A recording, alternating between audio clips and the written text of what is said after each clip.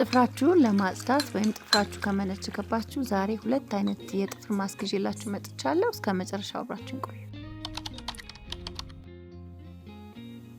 የመጀመሪያው ማስክ ቤታችን በቀላሉ ከምናገኛቸው የሚዘጋጅ ነው።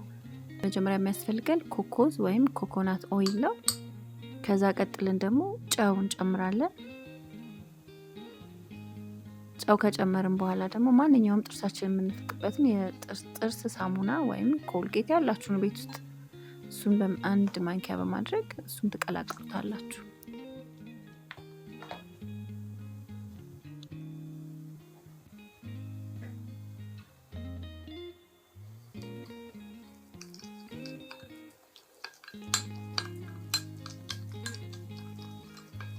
በደንብ ካዋሃዳችሁት በኋላ በጥርስ ብሩሽ ወይም በማትጠቀሙበት ብሩሽ ማለት ነው ጥፍራችሁ ላይ በደንብ ታሹታላችሁ ማለት ነው። በደንብ አድርጋችሁ ትቦርሹታላችሁ።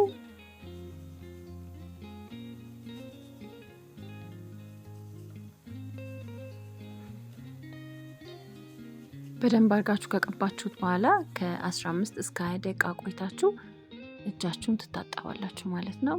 በአንድ ጊዜ ነው ጥፍራችሁን ጽድት የሚያደርግላችሁ። በጣም ትወዱታላችሁ።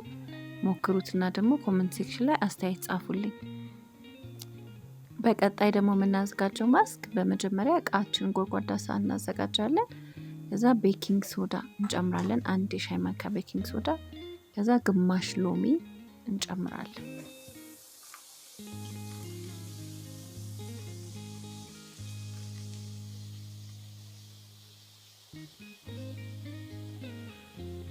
ከዛ ቀጥለን ደግሞ ለብ ያለ ወይ ሞቅ ያለ ውሃ እንጨምርበታለን ማለት ነው።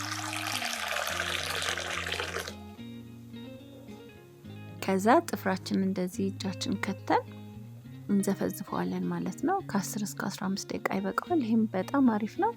ሁለቱንም እጃችሁን ከታችሁ ዘፍዝፉትና ጥፍራችሁን ጽድት ሙልጭ ነው የሚያደርግላችሁ። እንደዚህ አይነት ነገር በሳምንት አንዴ ወይም ጥፍራችሁን የመነቸከ ሲመስላችሁ መጠቀም ትችላላችሁ። ሀሳብ አስተያየታችሁን ጻፉልኝ። ደህና ቆዩልኝ።